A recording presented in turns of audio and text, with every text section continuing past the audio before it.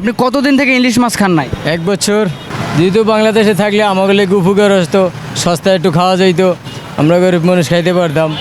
তারপর আপনার এখন তো মনে করেন পয়সা যার আছে সে খাইতে পারতেছে, তাই বাংলাদেশে থাকলে তো আমাকেও খাইতে একটু সুবিধা হইতো। এখন মোটামুটি যেটু আছে আগের চেয়ে নিয়ন্ত্রণে অনেক আছে, মানে এখন 350 টাকা 400 টাকা এরকম ইলিশ কেনা যায় আর কি, ঝাটকা দেশে গেলে। ঢাকায় তো কিনে খাইনি আর কি। ভারতে ইলিশের দাম কম আর বাংলাদেশের দাম বেশি, এর কারণ হ্যাঁ, কি? কারণ ওই যে ভারতের টাকার মান ভালো না, বাংলাদেশের মান তো কম। বাংলাদেশে থাকলে ভালো হবে, বাংলাদেশে থাকলে আমরা একটু সস্তায় খাইতে পারবো, মাছ আনাছে একটু ভালো খাবার ভালো খাইতে পারবো, স্বাস্থ্যের দিক দিয়ে ভালো থাকবে। এই 1 বছর ধরে তো ইলিশ মাছ সহি দেয়নি আনতে পারি, 3000 টাকা 4000 টাকা 3500 টাকা কেজি মাছ, ডরে যাইতে পারি না ধারে। ওই আনি কি দুরি মাছ কিনা 250 গ্রাম 300 গ্রাম এরকম খাই, এর বেশি কিছু খাইতে পারি না।